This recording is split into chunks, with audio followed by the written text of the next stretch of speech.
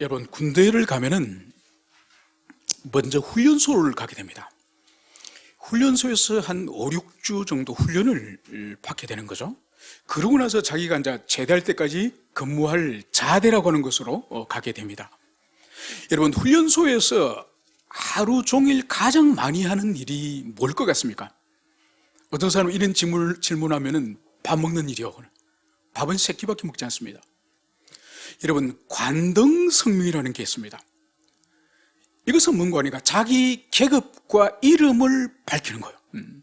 그래서 훈련소에서 가장 많이 하는 거는 누구와 눈길이 마주치든지 누가 자기 몸을 터치를 하든지 그 순간 바로 입에서 훈련병 홍길동, 이등병 안순우, 여러분, 이것이 누군가 몸이 부딪히거나 아니면 조교나 교관과 눈이 부딪히거나 그럼 바로 입에서 관등성명이 바로 쏟아져 나오는 것이죠.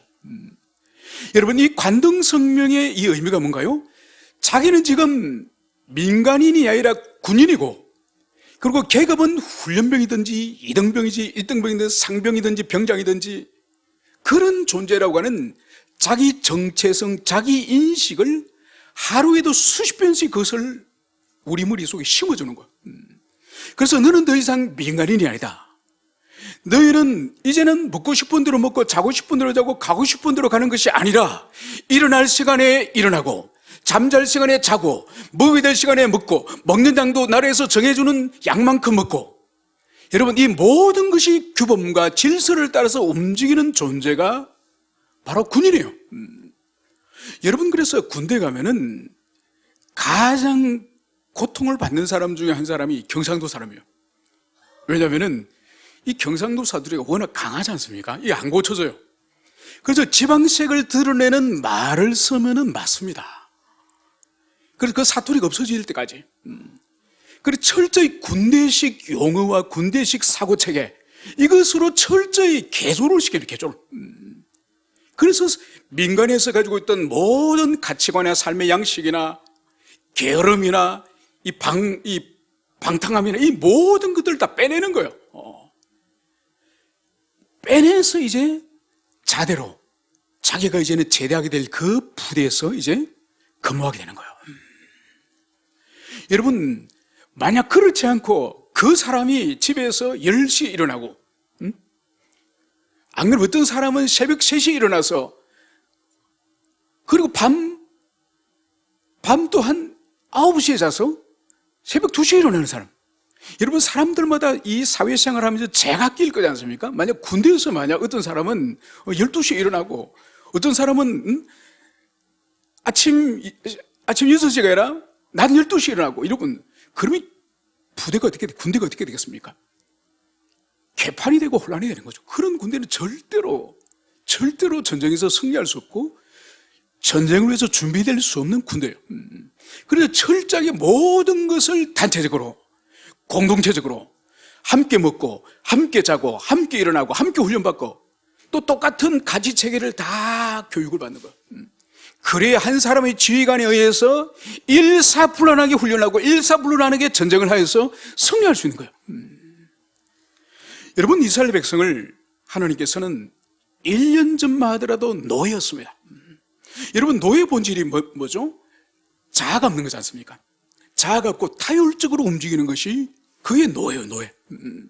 그래서 비참한 이집트의 노예로 있다가 하나님이 이들을 어떻게 했습니까? 언약을 체결하고 율법을 주시고 성막을 주시고 제사제도를 주시고, 그리고 그 다음에는 너희들은 이제 여호와의 군대가 되어야 된다. 그러면서 12지파를 이제 군대 편성으로 만들지 않았습니까? 그래서 세 지파씩 묶어서 동서남북의 4개의 진으로 편성합니다. 그 중심에는 하나님의 성막이 위치해 있죠. 그리고 이 성막에서 하나님의 거룩을 지키는, 이 하나님의 영광과 임재를 지키는 이 사역을 레위지파와 제사장이 하게 되는 거죠. 그래서 이 12지파와 이 레위지파는 이제 거대한 하나님의 군대가 되었음을 성경이 그것을 말씀하고 있습니다. 여러분, 외형적으로는 이제 하나님의 군대가 완성이 된 거예요. 외형적으로. 그러면 이제 가나안 땅으로 들어가서 전쟁을 하면 되겠습니까? 아니죠.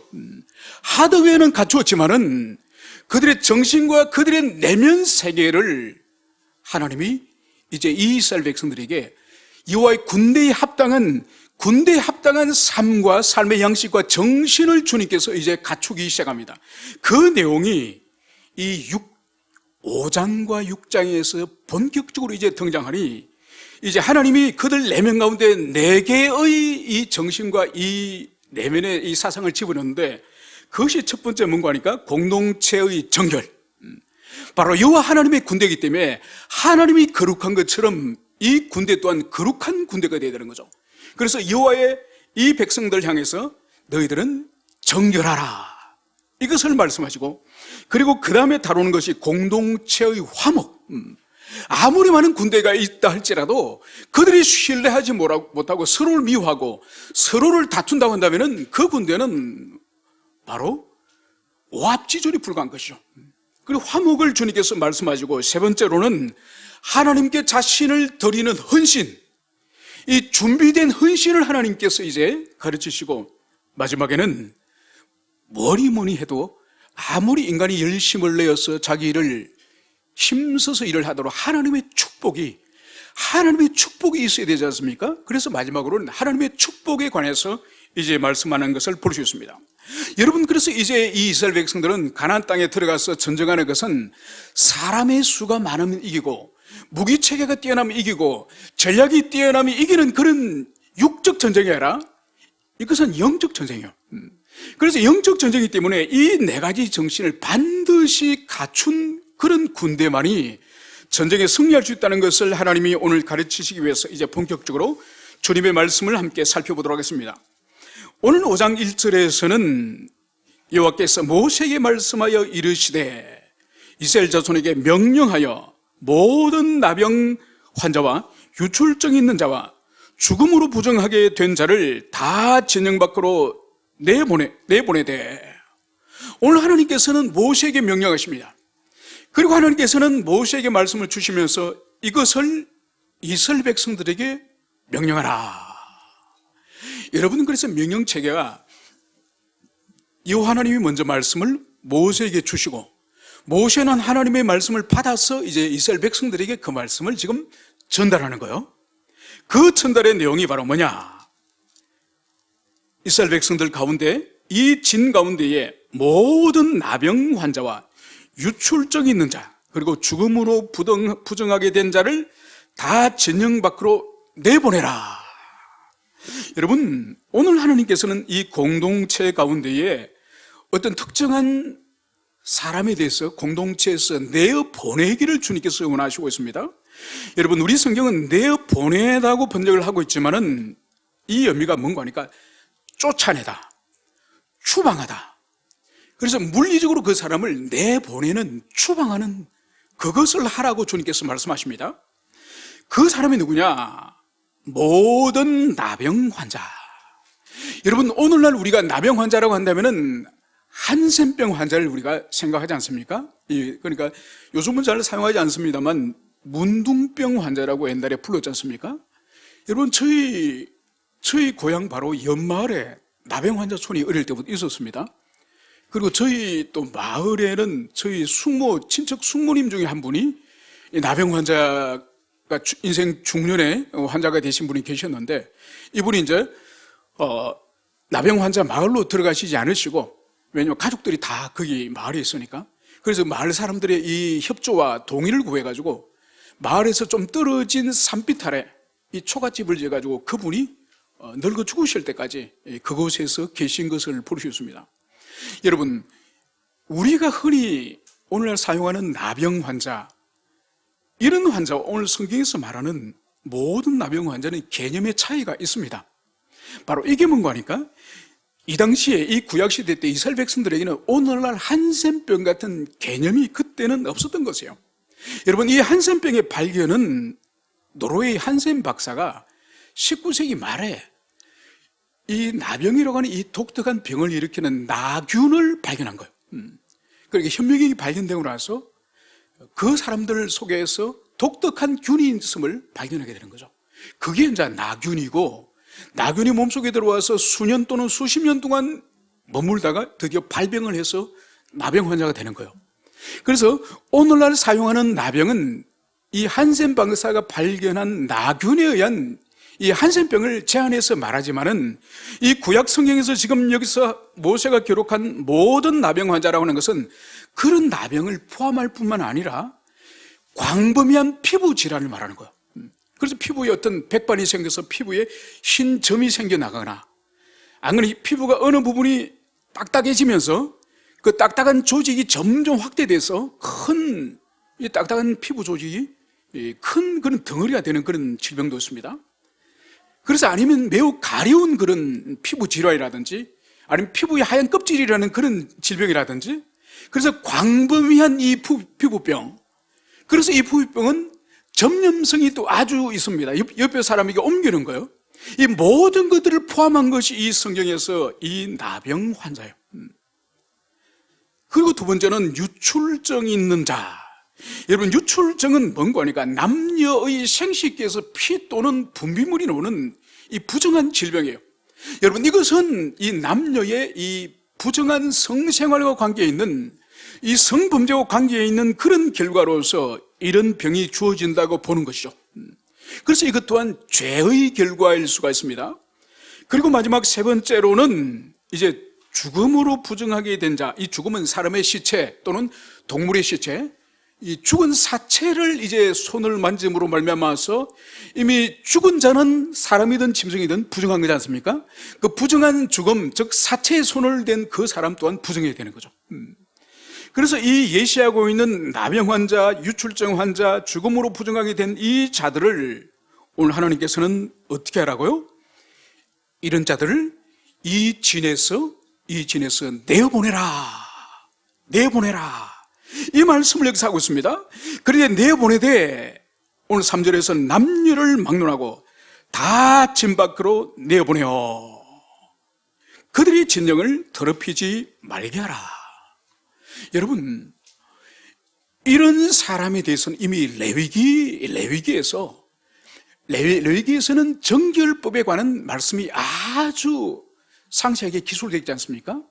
그래서 그 정결법에 대해서는 첫 번째는 사람이 먹는 음식 가운데에 이런 짐승과 이런 곤충, 이런 동물은 부정하여서 먹을 수 없고, 이런 동물과 이런 물고기와 이런 짐승은 먹을 수 있고, 하나님이 레위기에서는 이 정결 예식을 사람의 먹는 것부터, 그리고 사람의 입는 옷도 한 가지 이 재료로 천을 짜야지 여러 가지 재료로 옷을 짜는 것을 입지 못하게 하지 않습니까? 그래서 옷도 입지 못하는 게 있고 입을 수 있는 옷이 있고, 그리고 또 사람의 집도 마찬가지입니다.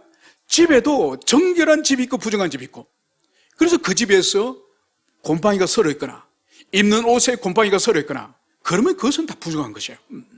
그래서 이 레위기에서는 이 먹는 것부터 입는 것부터 우리가 잠자는 이 주거주택까지 하나님이 어떤 것은 부정하고 어떤 것은 정결하고 이 모든 것을 정결과 부정을 레위기에서 철저하게 말씀하지 않으셨습니까?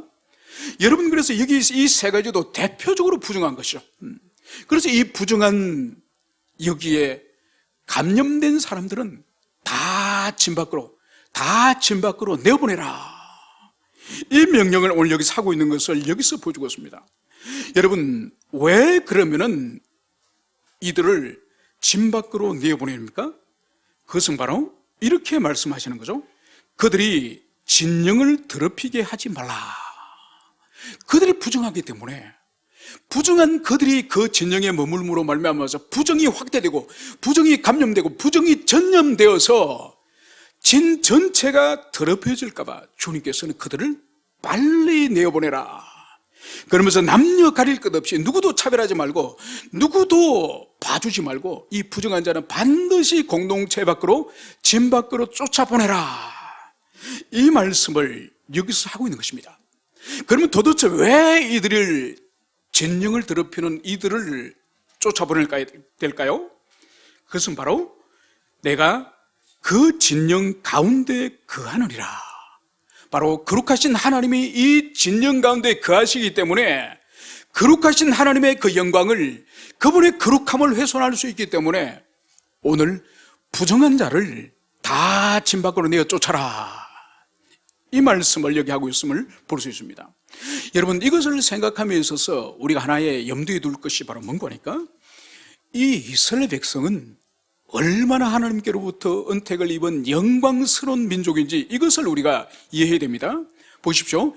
시내산에서 하나님이 강림하셔서, 하늘의 하나님께서 시내산으로 강림하셔서 모세를 만나시고 이스라엘 백성과 언약을 체결했지 않습니까? 그리고 율법을 주셨죠. 그 시내산에 계셨던 하나님이 이제 모세를 통해서 성막을 만들게 하셨죠. 그래서 출애굽기 40장에 이제 성막에 들어갈 모든 부속품들을 다 만들어서 이제 그것을 조립을 하지 않습니까? 그래서 그 조립을 완성하는 날이 바로 둘째 해 출애굽하던 그 다음에 1월 1일이요 1월 1일 날 성막을 완전히 완성을 해요. 그래서 성막이 완전히 조립이 되고 완전히 준공을 할 때에 바로 거기 하나님의 영광이 찬란하게 이 성막에 임해요. 그래서 이 성막은 누가 보더라도 하나님이 그곳에 와 계시는 하나님의 임재의 상징이라는 그것을 보여줍니다. 그러니까 하늘의 하나님께서 만물을 지으신 창조주께서 시내산에 강림하셨고, 시내산에 강림하신 그분이 드디어 이스라엘 백성들 이 거대한 이 텐트촌, 이 천막촌 한가운데에 이 여호와 하나님이 이제 내려오신 거예요. 여러분, 얼마나 영광스럽습니까? 하늘의 하나님이 자기들이 삶을 사는 삶의 거주지로 내려오신 이런 신이, 이런 하나님이 어디 있습니까? 여러분, 이것은 장차 무엇을 보여주는 하니까, 말씀이셨던 하나님, 말씀이셨던 그분이 이 땅에 육신으로 오신 성육신의 하나님을 예표하는 사건이 바로 이 시내산에 계셨던 하나님, 하늘에 계셨던 그 하나님이 드디어 성막 가운데 임재하시는 이 사건인 것을 볼 수 있습니다. 이것은 더 나아가서 우리 주님께서 하늘로 승천하신 이후에 우리에게 성령을 보내주셨죠.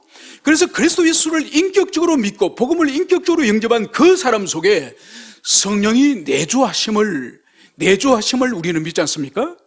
그래서 이제는 육신으로 오셔서 이 땅에 3년 6개월 동안 육신으로 오셔서 시간과 공간에 제약을 받았던 그 예수님이 이제 다시 성령을 보내주심으로 이 세상의 모든 믿는 하나님의 자녀들 이 내면 속에 내주하시는 그 성령님, 그래서 우리의 육체를, 우리의 몸을 성전 삼으시는, 구약에서는 이 텐트를 성전 삼으셨지만은 이제 우리 육체를 성전 삼으시는 그 하나님을 예표하는 사건이 바로 성막의 영광으로 거하시는 그 하나님임을, 그것을 여기서 보여주고 있습니다. 여러분, 그래서 이스라엘 백성 한가운데에 그 하나님의 영광 가운데 임재하시기 때문에 그들의 진이 더럽혀져서는 안 되는 거죠. 왜냐하면 주님께서 내가 거룩하니 너희들도 거룩하라, 이것을 주님이 명령하지 않으셨습니까? 그래서 주의 백성 또한 주님 앞에 거룩한 삶을 살아야 하기 때문에 이 부정한 이 사람들을 다 진 밖으로 내보내는 것을 여기서 보여주셨습니다. 그런데 우리가 여기서 이해해야 될 것은, 여러분, 왜 진 밖으로 내볼까요? 부정하기 때문이기도 하지만은 가나안 땅에서 그들이 해야 될 전쟁은 영적 전쟁이에요. 여호와 하나님과 동행하는, 하나님이 앞서서 싸워주시고 앞서서 모든 역사하시는 그 영적 전쟁에 우리가 참전해야 되는데, 우리가 영적으로 더럽혀져서는 그 전쟁에 참전할 수가 없는 거예요. 여러분, 저는 군 생활하면서 제 보직이, 저는 의무병이었습니다. 그래서 군대 우리 사령부 신병교육 때 제가 한 20개월, 거기서 한 20개월 정도 근무를 했습니다. 그리고 신병교육 때는 한 달에 매달 첫째 주 월요일이 되면은 이 신병들이 500명씩 들어옵니다. 그러면 한 달 훈련받고 또 내보내고 또 훈련병들이 들어오고 계속 그 일을 하는데, 이 신병교육대에서 훈련이 얼마나 신병들 군기를 잡고 마지막 날 행군까지 얼마나 힘듭니까? 그죠? 그런데 훈련을 받지 않는 연루된 사람이 있습니다. 이제 이런 사람을 비전투력이라 불러요. 그리고 전투력을 상실한 사람을 말하죠. 환자예요, 환자. 그러니까 이 환자 중에서 진짜 환자도 있고 가짜 환자가 있습니다. 그리고 의무대에서는 이걸 잘 분별해야 돼요. 의무대에서는 이게 진짜 환자인지 아니면 꾀병 환자인지를, 왜냐하면 그것을 잘못 분별하면은 진짜 환자가 입술해야 될, 치료받아야 될 그 자리에 가짜 환자가 들어누워서 훈련도 안 받고 그래 있으면 안 되겠죠? 그래서 잘 분별해야 됩니다. 그래서 아무리 힘든 훈련이 있고 그러더라도 환자는 예외예요. 환자는 그날 훈련에 안 갑니다. 바로 뭔가 하니까 지금 여기서 이 부정한 이 사람들, 이 부정한 사람은 여호와 하나님의 군대에 지금 전투력을 상실한 비전투력이에요. 이들에게는 진 밖으로 내보내지만은 여러분, 이것은 추방이 아니에요. 이거는 단절이 아니에요. 여러분, 이것의 본질은 뭔지 아십니까? 치유와 회복이에요. 하나님께서 이들을 보호하고 공동체를 보호하기 위해서 이들을 일시적으로 진 밖으로 지금 내보내는 이유는 1차적으로는 그 지금 전투력을 상실한 이 부정한 가운데 떨어져 있는 이 사람들을 치료하고 회복하는 것이 목적이요, 두 번째로는 공동체 전체에 감염이 되어서 전체가 전투력을 잃어버리는 이런 일이 없도록 이제 공동체와 이 부정한 자를 분리시키는 이 일을 하였음을 볼 수 있습니다. 여러분, 이 현대 전쟁 가운데서 전략과 전술 가운데서 이런 것이 있습니다. 요즘은 이제 적군을 향해서도 무자비한 폭탄을 터뜨리거나 인명을 살산하면은 옛날하고 달리 실시간으로 모든 세계의 그 죽음이, 그 참상이 전송이 됩니다. 그래서 그 공격하는 그 나라가 순식간에 지지를 잃어버리고 오리무중이 되어버릴 수 있거든요. 그래서 오늘날 이 고도의 전략 중에 하나가 바로 뭔가 하니까 군인들을 무기력하게 만드는 방법이에요. 바로 이게 뭔가 하니까 바이러스 전략이에요. 바이러스 전략. 그래서 이 바이러스가 이 부대에 터뜨리면은 죽지는 않아요. 죽지는 힘이 다 빠지고 온몸이 무기력하게 돼서 전투력을 상실하는 이런 방식의 전쟁을 지금 기획하고 있는 거예요. 그래서 코로나19 같은 경우에도 지금 세계 과학자들 가운데서 이것은 전쟁 무기다, 이 상대방 이 군인들을 무기력하게 만들어서, 그러니까 인명살상용이 아니라 살상은 더 강력한 독개서라든지 생물학 그런 무기가 있기 때문에 이미 그는 만들어져 있습니다. 그거 말고 아주 교묘하게 흔적도 없이, 그리고 사람이 맥을 못 추도록 이런 전략을 통해서 전쟁을 이기기 위한 그 방식을 지금 기획하고 있는 거죠. 여러분, 여기서 오늘 이 가난 정복 전쟁에 있어서 이 오염이, 이 부정함이 공동체에 점령이 되면은 이것은 바로 뭔가 하니까 하나님의 여호와의 군대, 이 여호와의 군대가 영적으로 무기력한 영적 전쟁의 이 전투력을 상실하게 될 수 있기 때문에 주님께서는 바로 부정한 자와 이 진을 분리시키기 위해서 그들을 내쫓아라, 이 말씀을 하고 있음을 볼 수 있습니다. 여러분, 그래서 이것을 볼 때에 하나님이 무자비하시거나 그들을 추방한다는 의미가 아니라 그들을 회복시켜서 그들을 치유하여서 다시 공동체 속으로 들어오도록 하기 위한 것이 목적이다, 이것을 여러분들이 이해하시길 바랍니다. 여러분, 이 부정한 자를 공동체에서 내보내는 이것은 영적으로 해석을 해야 됩니다. 단순히 질병이 있는 자를 공동체에서 내보낸다는 것이 아니라 영적 전쟁에 합당하지 않은 영적으로 부정한 자들을 향해서 하나님이 어떤 마음을 가지고 있는지, 여러분, 그것을 우리가 주목을 해야 되는 거죠. 그래서 이것은 신약 시대의 교회 시대에 이것은 그대로 우리 예수님이 가르쳐 주셨습니다. 바로 뭔가 하니까 이 교회 공동체, 몇 사람이 모였던, 몇 병이, 몇 천이 모였던지 간에 이 공동체는 우리 주님이 머리이시고 우리는 주님의 몸이에요. 그래서 머리이신 주님이 거룩하신 분이기 때문에 그분의 몸은 우리도 당연히 거룩한 공동체가 되어야 되죠. 그러나 현실적으로는 우리가 거룩하지 못하고 공동체 안에 죄의 역사들이 수시로 일어나고 수시로 악의 역사들이 공동체 안에 일어남을 볼 수 있습니다.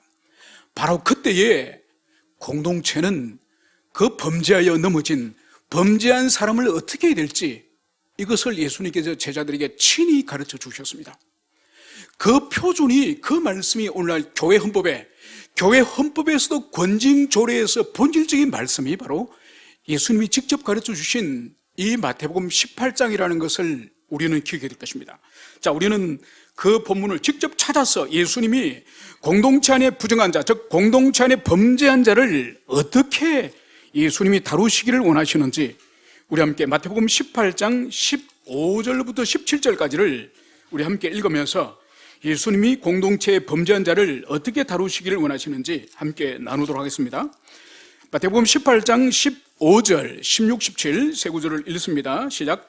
내 형제가 죄를 범하거든 가서 너와 그 사람과만 상대하여 권고하라. 만일 들으면 내가 내 형제를 얻을 것이요 만일 듣지 않거든 한두 사람을 데리고 가서 두세 증인의 입으로 말마다 확증하게 하라. 만일 그들의 말도 듣지 않거든 교회의 말하고 교회의 말 듣지 않거든 이방인과 세려같이 여기라. 아멘. 여러분, 이제 예수님께서 제자 공동체, 교회 공동체 안에서 죄로 넘어지거나 범죄한 사람이 있을 때에 어떻게 그 사람들을 다룰지 이것을 주님이 친히 지침을 주시는 것을 볼 수 있습니다. 오늘 15절에서는 내 형제가 죄를 범하였거든 가서 너와 그 사람과만 상대하여 권고하라. 바로 공동체 안에 어떤 사람이 죄를 지으면은 첫 번째로는 예수님께서는 가서 그 사람과 1대1로 권고하라 이 말씀을 하고 있다는 이것을 먼저 주목해야 됩니다. 여러분, 보통 사람들 같은 경우에는 오늘날 어떡합니까? 어떤 지체가 죄를 지었대? 넘어졌다? 그럼 보통은 어떡합니까? 보통 뒤에서 쑥덕거리고 뒷담화를 하죠, 그죠? 안 그러면 아예 간섭을 하지 않거나 모른 척 해버리거나. 여러분, 예수님은 분명히 이걸 말씀합니다. 형제 가운데 누가 죄를 범하였으면 찾아가라는 거야. 여러 명 데리지 가지 말고 너 혼자 찾아가서 1대1로 찾아가서 권고하라. 여기서 이 권고하란 말이 이 의미가 뭔가 하니까 죄됨을 인지시켜라는 뜻이에요. 지금 집사님이 지금 지체가 이런 일을 하였는데 이 일은 주님의 말씀에 근거해서 이것은 죄입니다. 지금 집사님은 하나님 앞에 죄를 짓고 지체 앞에 죄를 지었습니다. 회개하십시오. 이걸 1대1로 가서 하라는 거예요. 여러분, 왜 여러 사람을 처음부터 데려가지 말도록 예수님이 말씀하셨을까요? 그 사람의 보호하기 위해서, 그 사람의 자존감과 그 사람을 보호하기 위해서 홀로 찾아가서 그 사람을 엄밀하게 권고하여서 돌이키도록 하기 위한 것이 주님의 뜻이에요. 그래서 오늘 보십시오. 예수님께서 만일 들으면 내가 그 형제를 얻을 것이요 만약 그 사람이 자신의 죄를 인정하고 거기서 회개하고 돌이키기를 참여하면은 그 영혼을 잃어버리지 않고 얻는다는 거예요.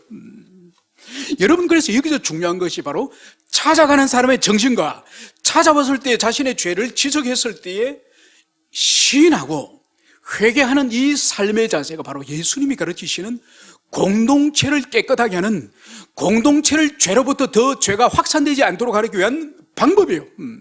그래서 이것을 여러분들이 가슴에 새기시길 바랍니다. 그래서 제가 오늘 여러분을 부를 수도 있습니다. 불러서 집사님, 이런 일이 있었습니까? 이것은 하나님의 죄입니다. 회개하십시오. 그런 여러분들이 그 자리에서 오리발을 내밀면 안 됩니다. 그죠? 증거 있습니까? 목사님, 증거 있습니까?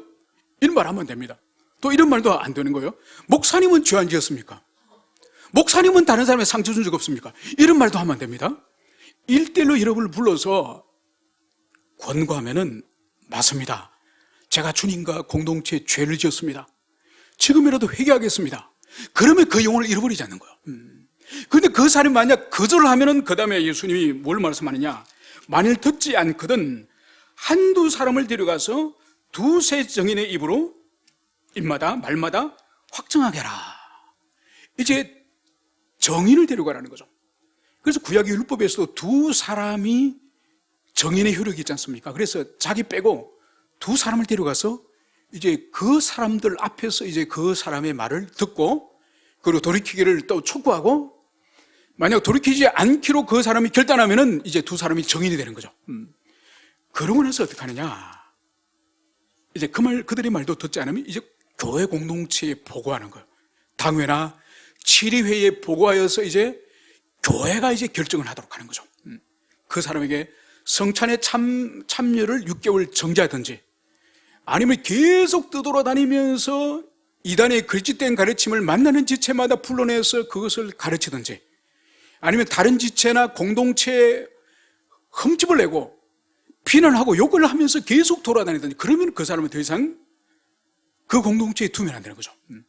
바로 오늘 나병 환자와 유출증 환자와 그리고 오늘 여기서 등장하는 이러한 질병을 가진 사람들을 쫓아내어서 감염을 확산시키는 것을 막는 것처럼 바로 그런 죄를 저지르는 사람이 더 이상 제어가 안 될 경우에는 그 사람을 마지막에는 이방인과 세리처럼 여기라.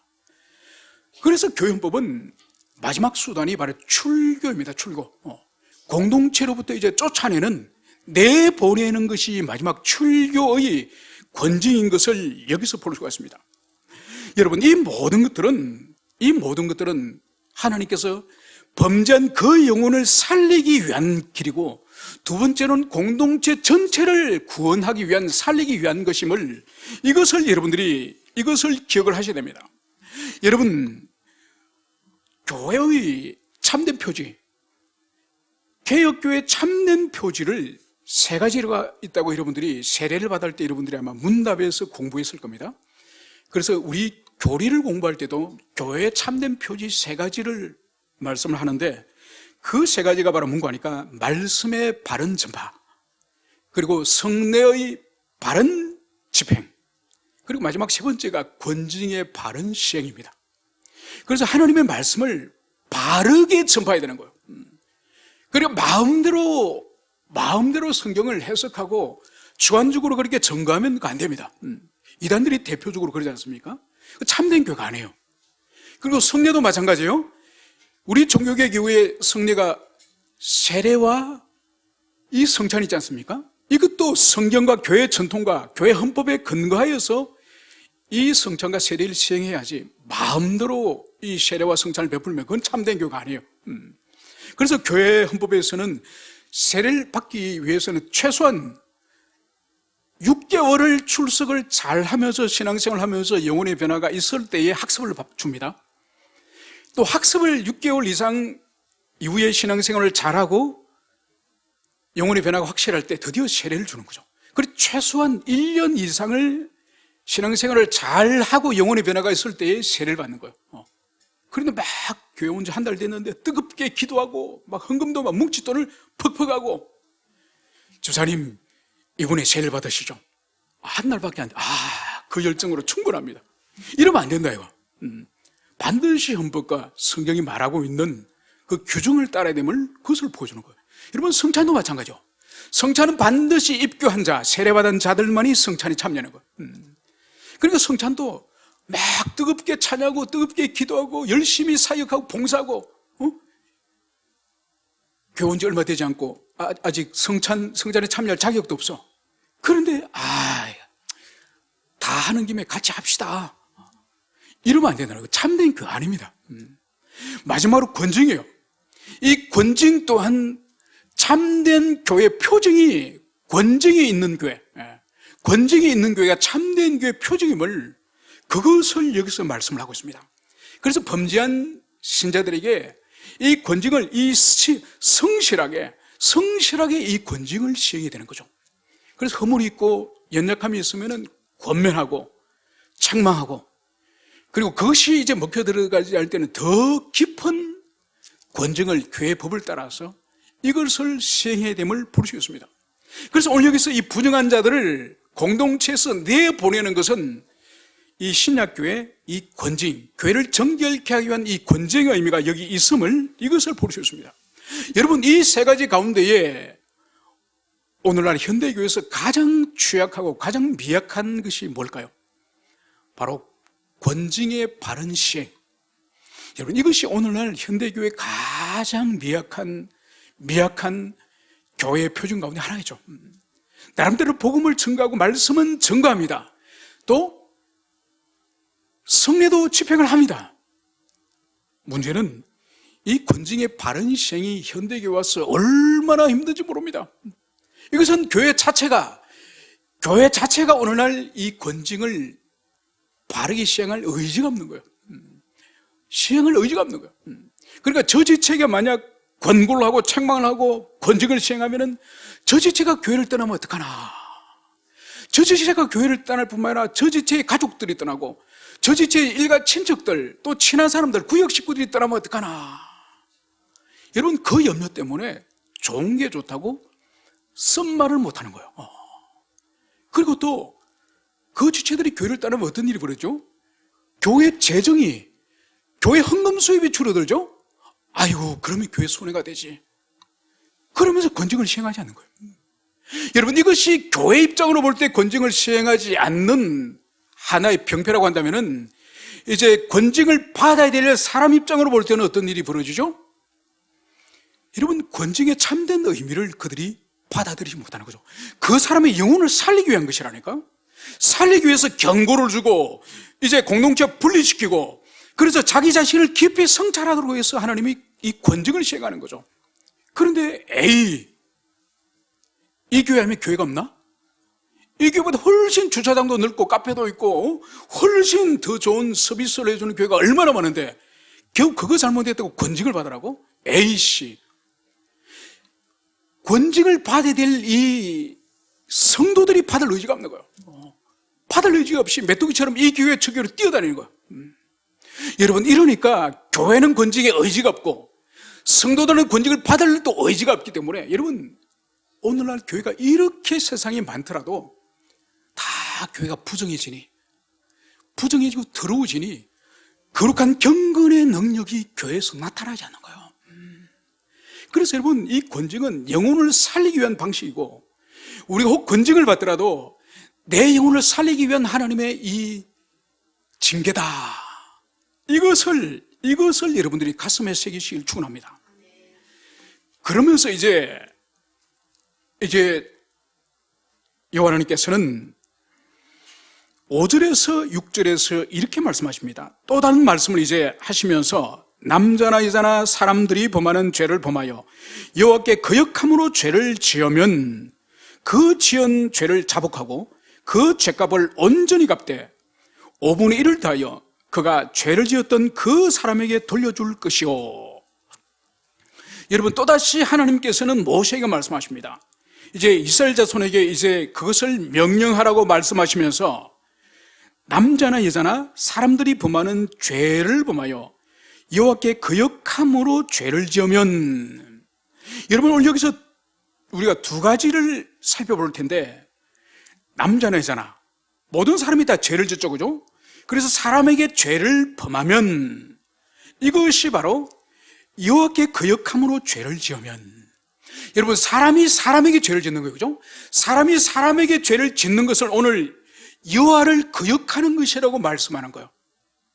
여러분, 우리가 직접적으로 하나님께 죄를 지을 수 있지 않습니까? 우리가 주일 성수를 범한다든지, 우리가 하나님의 이름을 망령되이 일컫는다든지, 여러분, 이것은 하나님께 직접적으로 죄를 짓는 겁니다. 그런데 우리가 다른 가정의 배우자와 간음을 한다든지, 다른 사람의 물건을 훔친다든지, 이거는 이웃에 대한 죄지 않습니까? 그죠?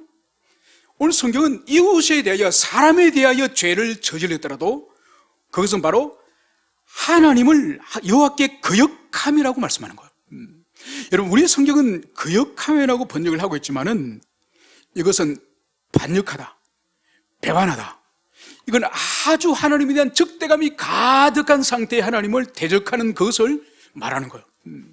여러분, 여기서 중요한 우리 교리를 우리 하나님 말씀하십니다. 우리가 하나님께 직접적으로 주일 성수를 범한다든지, 하나님 이름을 망령되이 범한다든지, 우상에게 절한다든지, 이런 것은 큰 죄로 여기고, 사람에게 어떤 속이거나 사람에게 입으로 더러운 말을 하거나 욕설을 하거나 사람에게 상처를 주는 그 일은 훨씬 미약한 죄, 약한 죄라고 생각을 하기 쉽습니다. 그죠? 그래서 하나님께 직접 저지른 죄는 큰 죄고, 사람에게 저지른 죄는 작은 죄로 말하지만은 그게 아니라는 거예요. 사람이 사람에게 저지른 그 죄 또한 여호와께 거역함으로, 즉 하나님께 반감을 가지고 하나님께 적대감을 가지고 있는 죄다, 이 말씀을 여기서 하고 있는 거예요. 그래서 여러분, 성경이 말하는 것은 일관되게 하나님을 대하는 사랑이나 하나님 형상을 가진 우리 이웃 지체를 대하는 사랑이나, 이것은 같은 것이다. 그래서 예수님께서 제일 되는 계명을 말씀하실 때도 마음과 뜻과 힘을 다하여 하나님을 사랑하라, 이것이 제일 되는 첫째 되는 계명이요 둘째도 이와 같으니, 그러면서 내 이웃을 내 몸같이 사랑하라. 그래서 성경은 하나님 사랑과 이웃 사랑은 절대로 분리되지 않은 거예요. 그래서 우리가 묵상했던 것처럼 눈에 보이지 않는 하나님을 사랑하는 것은 눈에 보이는 하나님의 형상인 형제를 사랑하지 않고는 절대로 보이지 않는 하나님을 사랑할 수 없다. 그러면서 하나님을 입으로 사랑한다면서 형제를 사랑하지 않는 것은 거짓말이다. 여러분, 그래서 사람을 대하는 태도를 보면은 그 사람이 하나님을 대하는 태도가 뭔지를 정확하게 보여주는 거죠. 여러분, 하나님을 대하는 태도는 사실 보이지 않습니까? 영적인 내면의 자극이기 때문에. 그런데 그 사람이 다른 지체와 다른 이웃을 대하는 태도는 정확히 눈으로 보이는 거죠. 그러면 어느 것이 진짜냐? 이웃과 지체를 대하는 그 태도가 진짜라는 거. 그가 얼마나 기도를 하든지, 그 하나님 옆에 어떻게 헌신하든지 그거는 상관없는 거예요. 그는 다 속일 수 있고 그는 가짜고, 지체와 관계를 어떻게 맺느냐, 이것이 그 사람의 경건이고 그 사람이 하나님과 관계에 있어서도 본질이다. 이것이 성경이 일관되게 말씀을 하고 있는 거죠.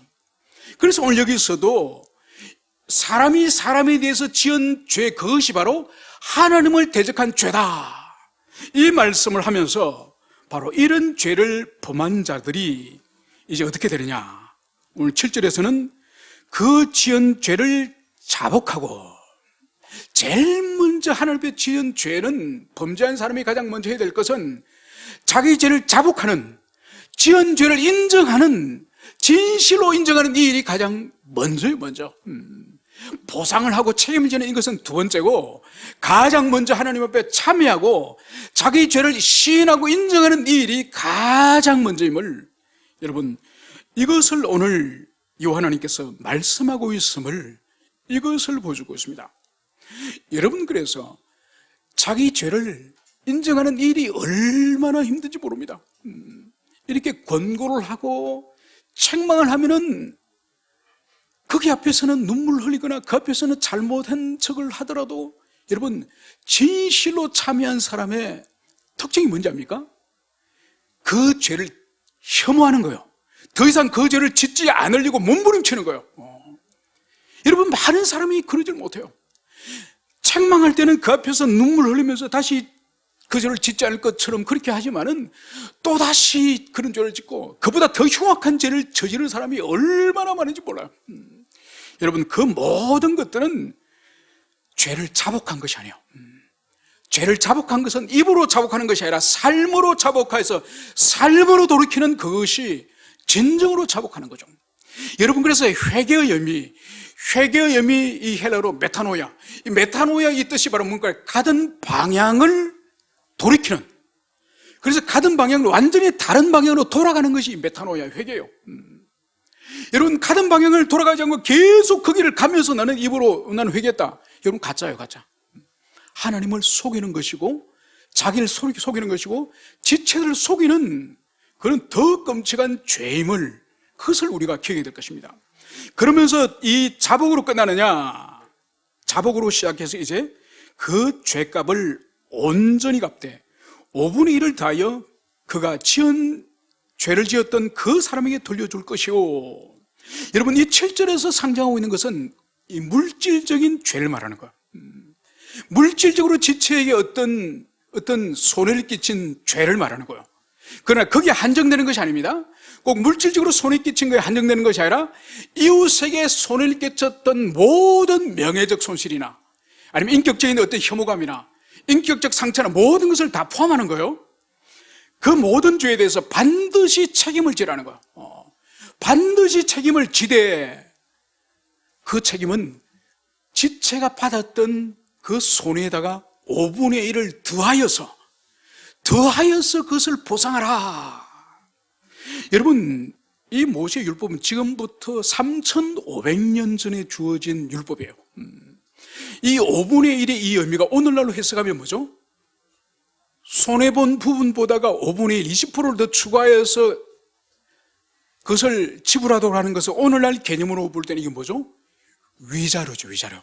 이 정신적 이 상처, 정신적 손해. 여러분, 놀랍지 않습니까? 하나님은 3,500년 전에 이미 어떤 누구의 지체로부터 죄의 고통을 당했을 때는 단순히 잃어버렸던 손실만 보상하는 것이 아니라 정신적인 데미지, 그것까지도 보상을 하라, 정신적인 위로까지 하나님은 명령하고 있음을 볼 수 있습니다. 여러분, 여기서 일관되게 주님께서 보여주는 것은 뭔가 하니까, 죄를, 거룩한 영적 전쟁을 치러야 될 이 가나안 땅에 들어가 영적 이 군대들, 이들에게서 죄는 얼마나 이것은 무서운 것인지, 전투력을 하루아침에 소멸시켜버리는, 무장해제시켜버리는 그것이 바로 이 죄다. 그러나 죄를 지었고 부정하다면은 그 사람은 일단은 공동체에 감염을 시킬 수 있기 때문에, 이거는 격리시켜라. 치료 회복이 있을 때까지, 그 사람은 공동체 속으로 복귀를 시키지 말라. 그리고 세 번째는, 그 사람의 죄를 통해서 누군가 다른 지체에게 손해를 끼쳤으면 반드시 손해를 갚아라. 손해를 갚을 뿐만 아니라 정신적이고 영적인 피해 입은 그 부분까지 보상을 하라. 여러분, 이것을 이제 주님께서는 이제 가나안 땅으로 출발하기 전에, 광야로 출발하기 전에 이 이스라엘 군대로 편성된 이 진을 향해서 하나님이 이것을 명령하고 있는 것입니다. 아무리 무기를 잘 갖추고 많은 조직화된 군대가 있다 할지라도 이 군대 공동체가 죄로 더럽혀지거나, 그래서 죄를 통하여서 지체들끼리 서로 원망하고 서로 불신하고 연합되지 못하고 하나 되지 못한 이런 왑지졸 같은 이 군대로서는 절대로 전쟁에서 이길 수 없다는 거죠. 교회 또한 마찬가지요.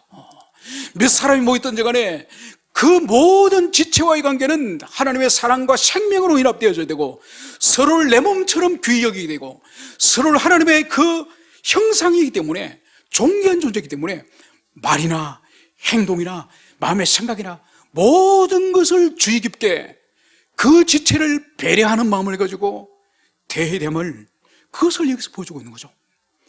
그래서 교회가 거룩할 때에, 정결할 때에, 서로가 사랑과 신뢰로 연합될 때에 바로 우리가 영적 군사로서 주님께서 이 땅에 주신 영적 군대의 사명을 우리가 감당할 수 있다는 것을 여러분들이 가슴에 깊이 새기시기를 축원합니다. 함께 우리 기도하시겠습니다.